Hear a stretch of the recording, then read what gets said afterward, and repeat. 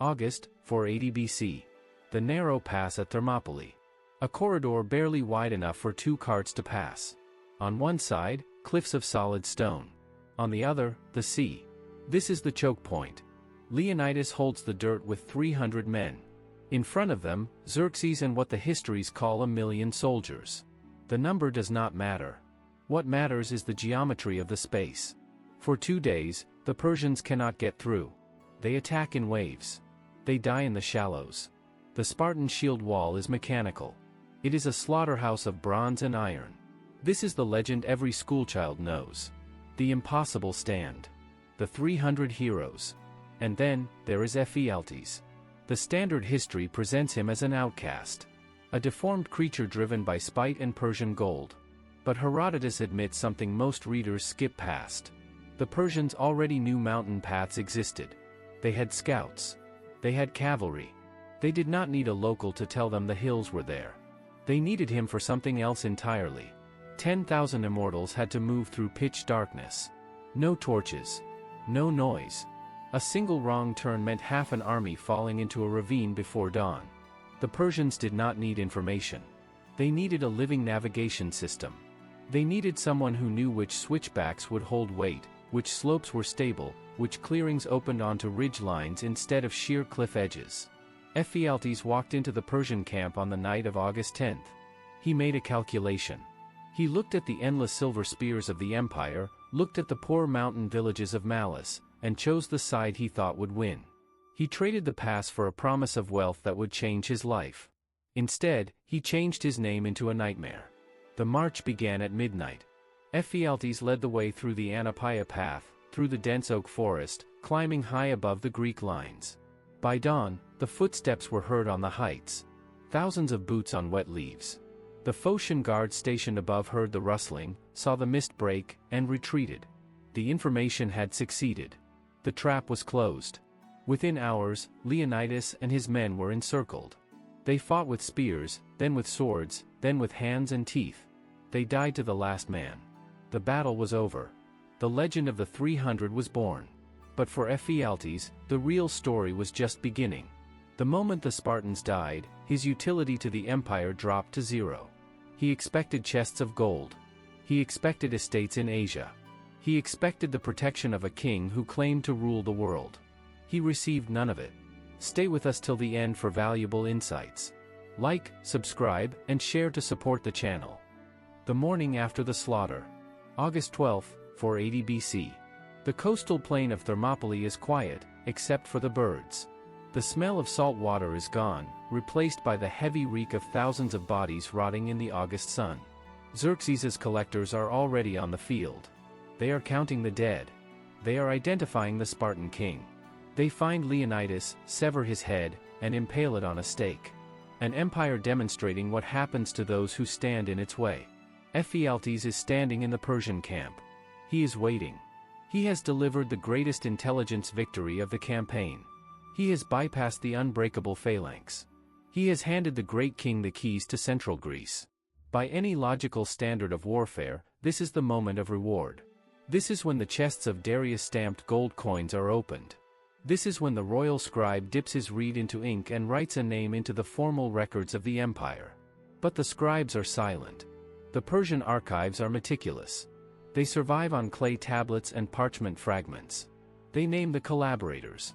They name the Thessalian cavalry commanders who switched sides. They name the Greek nobles who opened the gates of Thessaly and Boeotia. They record the lands given to them, the tax exemptions, the titles of Euergetai, benefactors of the king. Ephialtes of Malice is not in those records. To understand why, you have to understand the mind of Xerxes. You have to understand the theology of the Persian throne. The King of Kings does not conquer through luck, and he certainly does not conquer through the help of a peasant from Malice. The king conquers because Ahura Mazda, the god of light, has willed it. The invasion is framed as an inevitable cosmic force. To publicly reward Ephialtes is to admit a fatal weakness.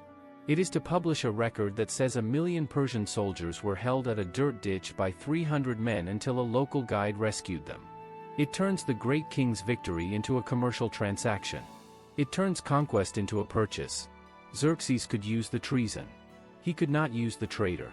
Ephialtes looks around the camp. The tone has shifted. The Persian generals who used his knowledge the night before do not look at him. The immortals, the elite guard he guided through the dark, brush past him in the dirt. He is no longer a strategic asset. He is a security risk. He is a man who knows a secret path into the rear of an army, and if he sold it once, he can sell it again. He is not given an audience with the king. He is not given an escort. The text of Herodotus records a strange detail. Ephialtes does not stay in the Persian camp to enjoy the victory. He does not march with the army south toward the burning of Athens. Before the smoke has even cleared from the pass, Ephialtes runs. He does not run south toward his home. He flees north. Into Thessaly. Into exile. A man who expected to be a lord is suddenly a refugee. He has a pocket full of promises and nothing else. He has crossed a line that even the empire that paid him refuses to protect. Behind him, the Greek world is waking up to the news of the betrayal. And in the dark, the hunting has already begun. Months after the fires of Athens have turned to gray ash. The year is 479 BC. The Persian army is no longer winning. At the Straits of Salamis, their fleet was broken, crushed against the rocks by Greek triremes. The naval spine of the invasion is gone. Xerxes has fled back across the Hellespont, leaving his general, Mardonius, to finish a dying campaign. Then comes the plains of Plataea. The Greek allied army, finally unified, smashes the remaining Persian infantry. Mardonius dies in the dirt. The empire retreats. The invasion is over. The hunt begins. In the aftermath of victory, the Greek city-states do not just rebuild. They cleanse. They look for the Medizers, the men who took the Persian side, the Greeks who wore the wrong color, the ones who opened gates and sold grain to the invaders. The retaliation is systematic. It is brutal. In Thebes, the leaders who allied with Xerxes are dragged into the agora. No trial. Public beheadings. In Athens, entire families are stripped of citizenship, their names chiseled off stone records, their bloodlines legally erased from the history of the city. But Sparta handles retribution differently. Sparta does not just kill. They institutionalize the vengeance. The Amphictyonic League meets. This is the council of Greek city-states, the religious and political framework that coordinates the post-war world. They gather in the months following Plataea. They look at the record of Thermopylae. They know 300 of their finest died because of one man. They put a formal price on Ephialtes' head. A state-sanctioned bounty. Any Greek, from any city, who kills Ephialtes will be rewarded by the Spartan state. Think about the mechanics of that decree. Herodotus says the bounty was put out because of the betrayal at the pass. But the men who died at the pass were already dead. Leonidas was dead. His guard was dead. The Spartans who set the price were the ones who survived the war, the ones who received the reports from the heights. This means someone talked. Someone from the Phocian Guard, or a survivor from the local hills, had identified the guide. They knew his name. They knew his village. They knew exactly what he looked like. Ephialtes is in Thessaly. This is northern Greece, territory that was once controlled by Persia but is now a vacuum.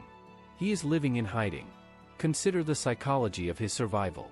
He has no Persian gold. He has no estate. He is living in a country where his face is a death warrant. Every traveler on the road is a potential assassin. Every knock on a wooden door at night is the sound of a Spartan shortsword clearing its scabbard. He is not a hero. He is not a wealthy lord. He is an administrative problem that both sides want to forget. To the Greeks, he is the ultimate monster. To the Persians, he is a witness to a tactical embarrassment. He spends 10 years in this shadow. 10 years of watching the roads. 10 years of listening to the wind through the oak trees, waiting for the bounty hunters to find the switchback where he is hiding. The year is 470 BC. 10 years after the last Persian spear left Greek soil. A decade of silence. Ephialtes is no longer the man who walked into Xerxes' camp. He is older. His hair is gray. His hands shake when the wind catches the door. He has moved from Thessaly. He is now in Anticyra, a small town in Trachis. It is a bitter irony. This is the region closest to Thermopylae. He has crawled back to the shadow of the very mountains he betrayed. He is living under an assumed identity. A man without a past, surviving in the dirt. Then comes a man named Leonidas. He is a Trachinian, a local from the same rugged hills. He finds Ephialtes. There is a confrontation. A blade is drawn. The metal enters the flesh. Ephialtes falls into the dust of Anticyra, bleeding out 10 years too late. This is where the official history gets strange. Herodotus records the death with a peculiar hesitation. He writes that Athenida killed Ephialtes peri alou pragmatis, concerning another matter. A private dispute. A quarrel over property, or cattle, or a woman.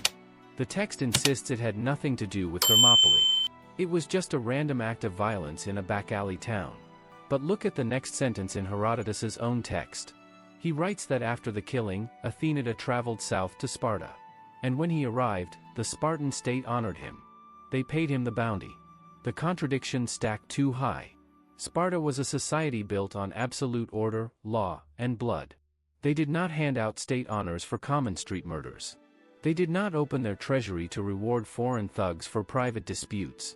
If the killing was unrelated to the betrayal, why did Athenida walk all the way to the Peloponnese to collect a check? And why did the Ephors, the ruthless rulers of Sparta, pay it? The phrase, concerning another matter, is a cover story. It is the language of an intelligence apparatus closing a file. By 470 BC, Greece was trying to unify. The myth of the war was being manufactured. The narrative was simple: free Greeks, standing shoulder to shoulder, defeating the barbarian king. It was a story of pure virtue versus pure tyranny. A state-sponsored assassination of an old, broken informant in a dark alley does not fit that myth. It looks messy. It looks like a vendetta. So the record sanitizes it. They call it a private quarrel. They pay the assassin under the table, and they close the book. But the language itself carried a deeper truth that the historians could not control. Ephialtes was not just a name. Long before 480 BC, the word Ephialtes existed in the Greek language. It didn't mean traitor. It didn't mean guide. It meant the one who leaps upon. It was the name of the nightmare demon. The shadow that slips into your room while you sleep, climbs onto your chest, and presses down until you cannot scream, until your lungs refuse to take in air. The poets had used it for centuries to describe the terror of sleep paralysis. The wait in the dark. Ephialtes' parents had given him a common regional name, a word meant to evoke the spirits of the mountains. But his life turned the metaphor into reality. He became the literal weight on the chest of Greece. The thing that came in the dark, through the trees, to suffocate 300 men who could not breathe. He spent 10 years running from a name he had made too real. The erasure of Ephialtes was not accidental. It was bureaucratic. In ancient Greece, when a man committed an act against the state so profound that it threatened the survival of the culture, they did not just execute him. They utilized a punishment that later civilizations would call damnatio memoriae, the total destruction of memory. Look at the archaeological record of the Persian Wars. We have the serpent column in Istanbul, originally raised at Delphi, listing every city-state that stood against Xerxes. We have the stone epigrams of Simonides chiseled into the rocks at Thermopylae. Go tell the Spartans, stranger passing by, that here, obedient to their laws, we lie. We have the lists of the dead, preserved on stone tablets in the Eurotas Valley.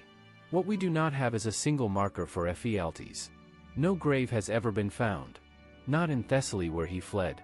Not in Anticyra where he bled out. In Greek culture, leaving a body without a proper burial, without a stone to mark the name, was the ultimate exile. It meant the soul was denied entry to the underworld, forced to wander the muddy banks of the Styx as a restless phantom. The Greeks did not just want him dead, they wanted him never to have existed. They scraped his lineage. They made sure no child could ever claim him as an ancestor. They wiped his footprints from the trail. But while the politicians chiseled his name off the public stones, the ground itself refused to forget. The Anapaia Pass is still there. If you climb up from the modern highway near Lamia today, you are stepping onto the exact geography of the betrayal. The switchbacks are steep, narrow, and treacherous. The dirt is a mixture of loose shale and deep oak leaf mulch. In 1980, an American historian named Paul Wallace decided to test the validity of Herodotus's text. He didn't just study the maps in a library, he went to Malice. He waited until midnight on August 10th, the exact anniversary of the march. He packed a military-grade rucksack to simulate the weight of Persian arms. He started walking into the dark. Wallace tracked the trail through the gorge of the Asopos River, climbing toward the high-altitude meadows near the modern village of Ephialtes. He timed his pace against the ancient descriptions. He noted how the sound of footsteps carried through the oak canopy, how the air thinned as you reached the ridge line of Mount Calidromos, and how the eastern descent opens up precisely behind the mound of Kolonos where the Spartans made their last stand. His findings, published in the American Journal of Archaeology, proved something chilling. The path is not a myth. It is a highly precise tactical corridor. It is the only route through the mountains that allows 10,000 men to move in a single column without losing formation or falling down the ravines in pitch blackness. 30 years before him, in the 1950s, a British scholar named A.R. Byrne had done the same physical survey. He reached the exact same conclusion. The path is real. The geography is absolute. The trap that Ephialtes sprung was not a product of luck, it was a matter of precise topographical engineering. The trail is so deeply linked to his act that modern hikers in Greece still call it the Anapaia Atropos, the Treason Trail. The dirt remembers the guide, even if the city-states tried to burn his name. At the foot of the Calidromos range, there is a small hill called Kolonos. It is not an imposing feature. It looks like a simple mound of earth and gravel, covered in dry brush and wildflowers that bake under the Greek sun. But this is the end of the line. This is where the circle closed. In 1939, the legendary Greek archaeologist Spartan Marinatos brought his team to this mound. He began to dig into the topsoil, sifting through centuries of accumulated dust and root systems. A few inches down, his trowel hit metal. Then another. Then dozens more. They were arrowheads. Small, corroded pieces of cast bronze and iron, buried in a dense cluster right at the crest of the hill. When the preservation experts cleaned them, they identified the craftsmanship. These were not Greek three-bladed arrows. They were Persian sockets. They were socketed, barbed points used by the archers of the East, the massed missile troops of Xerxes. Marinatos had found the physical receipts of the final minutes. The arrowheads were proof of Herodotus's most famous claim, that at the very end, surrounded on all sides, the surviving Spartans and Thespians fought with broken swords, then with their knives, and finally with their bare hands and teeth, until the Persians grew tired of the slaughter, backed away, and simply overwhelmed them with a rain of missiles. 300 men died on that specific patch of dirt because one man knew which stones would roll under a Persian boot at midnight. The bronze points in the museum are the direct consequence of a whisper in a tent. Today, tourists from all over the world pull their buses off the modern four-lane national highway that cuts through Thermopylae. They stand in front of the massive bronze statue of Leonidas. They take photos of the marble monument. They look at the sheer cliffs and try to imagine the wall of shields, the clash of iron, the glory of an unbreakable will. But if you turn your back on the monument and look up at the mountain, into the thick green canopy of the oak forest where the mist sits in the morning, you are looking at a different lesson. The Greco-Persian wars are taught as a clash of civilizations, democracy versus autocracy, West versus East. But beneath the grand geopolitical narrative lies a much darker, much older human engine. It is the engine of the informant. Xerxes didn't just use Ephialtes. The archives show he used hundreds of them. Men who knew which rivers flooded in the spring. Men who knew which harbors could hold a fleet through a winter storm. They were the invisible infrastructure of the empire's expansion. They were used until their local knowledge was exhausted, and then they were dropped into the gears of history. The lesson that Thermopylae teaches is identical on both sides of the line. To Sparta, the traitor was a monster to be hunted across a continent until his blood filled a ditch in a nameless town. To Persia, the traitor was a commercial tool, a temporary map that was folded up and thrown away the moment the destination was reached. Betrayal is always expensive to buy, but the man who sells it is always cheap to discard. The grave of Leonidas is part of the stone foundation of Greece. The names of his 300 are carved into the memory of the West. But for Ephialtes, there is no stone. There is no marker in the dirt.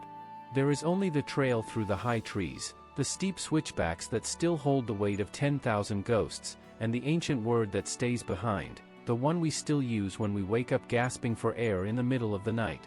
If you enjoy dark untold history, subscribe because we uncover what others won't.